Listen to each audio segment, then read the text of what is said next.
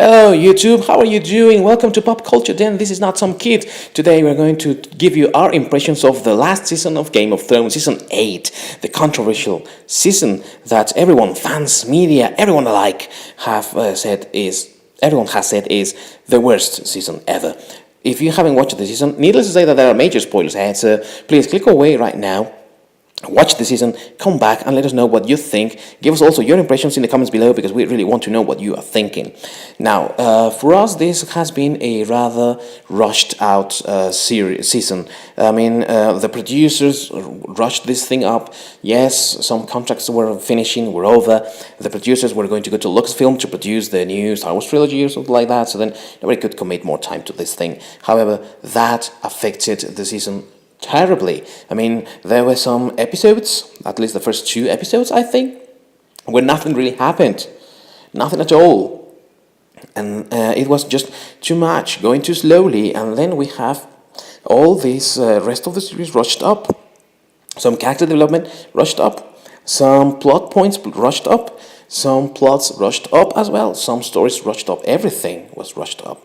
So, in the 3rd episode, I think it was, well, the episode with the long night, the big fight with the Night King, everything went down. I mean, people were thinking that what's going on? Did the sign just get cut off or something? I mean, what happened? Because they could not see what was happening. I mean, it was all so dark and the use of color was just so poor that nobody really knew what was going on. Nobody really knew what was happening. And they promised this was going to be a battle even greater than that from the Lord of the Rings trilogy, you know?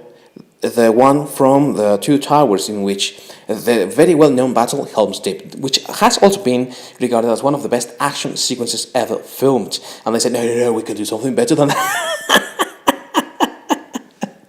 You know, they were like, you think that that one is great? Wait until you see ours, you know. Hold my dragon. And they actually didn't really succeed in that. They tried to blame it on the fans, you know, like, you don't know how to use your TV sets. You don't know how to adjust them. No, the problem was that you just edited this thing with no use of color or light whatsoever. That's the reality, you know. Hold yourself accountable for your own mistakes. Anyways, after that, things just got faster and faster and faster, with Daenerys succumbing to madness in, in droves, going quickly into madness, descending quite horribly, and situations that, at least for some people, were amounting to nothing really, because we were told that at some point, Jon Snow, the great Jon Snow, was going to destroy the Night King. It did not happen. We know that it was Arya. And let me tell you something, I liked the change, you know, yeah, they subverted our expectations, and I liked it. You know, I don't have any problem with that. I enjoyed that a little bit, but many of those moments, just like that one, did not feel deserved, did not feel earned. And that is because, again, everything was rushed. Everything was just going downhill. It's just as if somebody had thought, hey, how many episodes do we have for this thing? Just 6 mites. Oh. Oh, gee. I'm afraid that I have written way too much. It's not going to be, 6 episodes is going to be enough. Anyways, that's what they did. And after the series of situations going on in the long night, everyone gets together and then they are trying to decide what to do, and they say like, no, we have to go, we have to take Cersei down, we have to reclaim the throne, blah blah blah. And at some point Tyrion is like, well, if she said so, let's do it. So then Tyrion is played for stupid, and Jon Snow is played for something of an automat or something, you know. I think the R2D2 has more beep beep beep beep beep to express emotions and to express whatever he wants to express or it wants to express than Jon, you know. I mean, Jon Snow has just the lines, you're my queen, she's my queen, I won't betray her, I don't want the throne, I don't want to take it. Well, R2 can communicate better than that, mate, and he's just beeping along. Anyways, after all that madness with the long night and the Night King, all that. They all set out for King's Landing, and well, of course, they celebrate. They thank Arya for her services. They don't know that she's also going to King's Landing alongside the Hound. I don't know how they make it almost at the same time that Daenerys.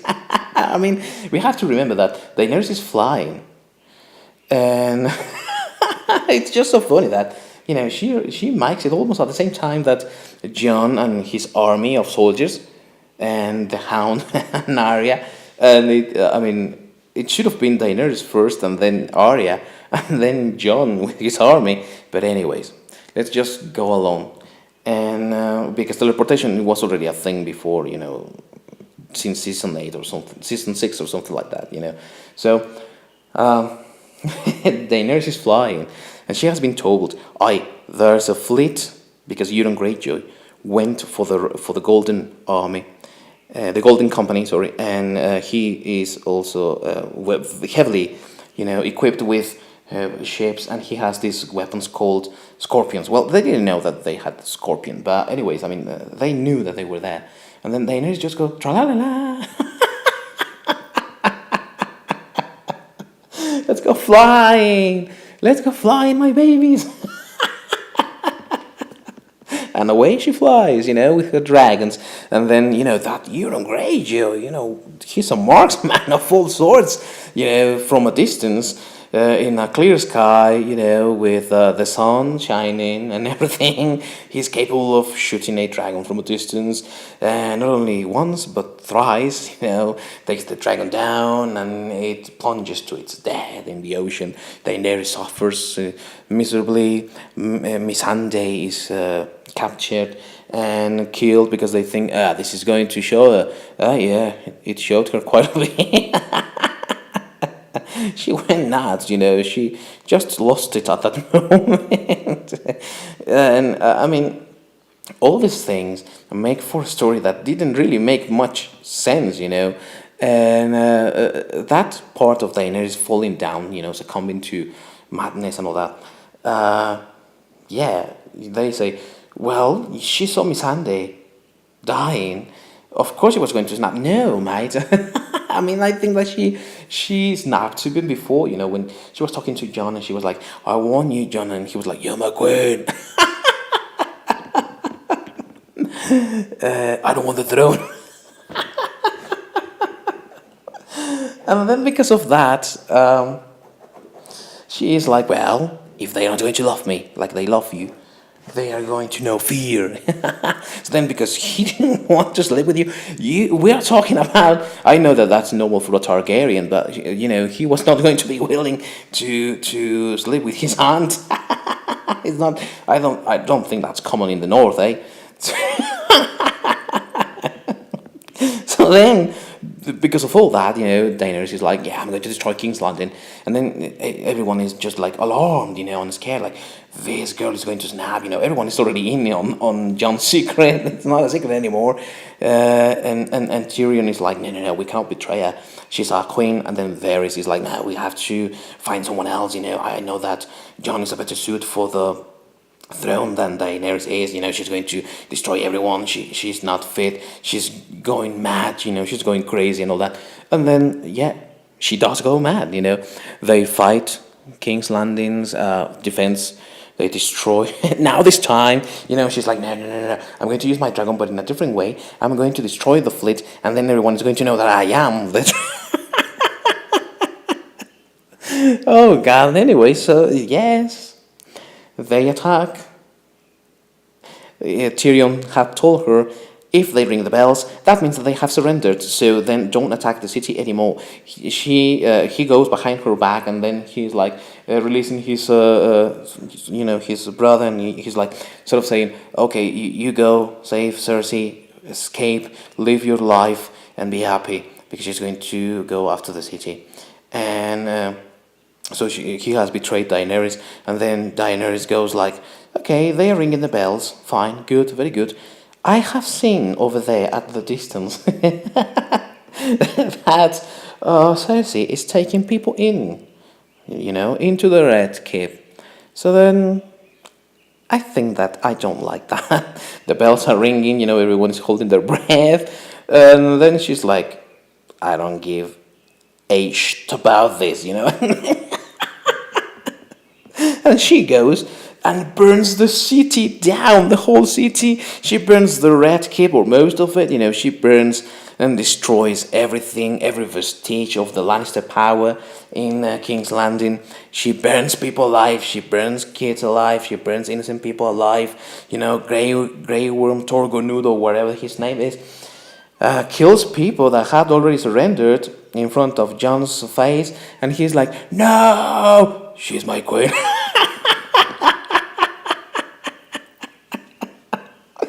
I don't want the throne. And tries to help people. But in the end, she ends up destroying most of the city. She destroys most of King's Landing. She destroys most of the buildings. She kills people, innocent people that were not fighting, people that were, afraid, submitted to their queen.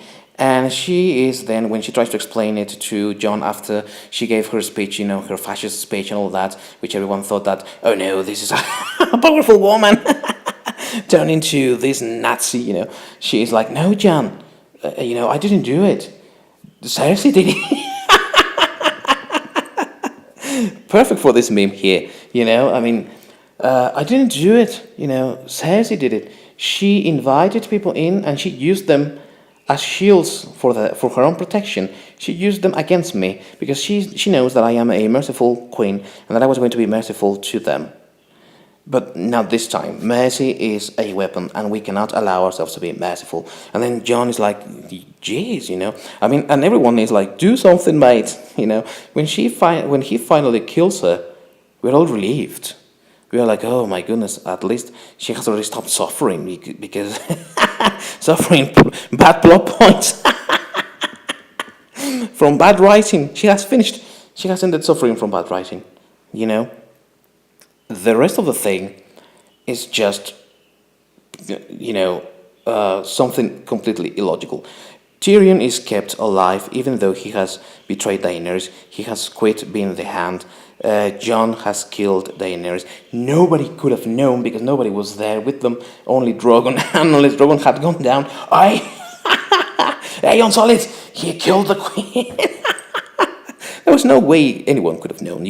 Jon could have just gotten away with it, but then they got him. They caught him.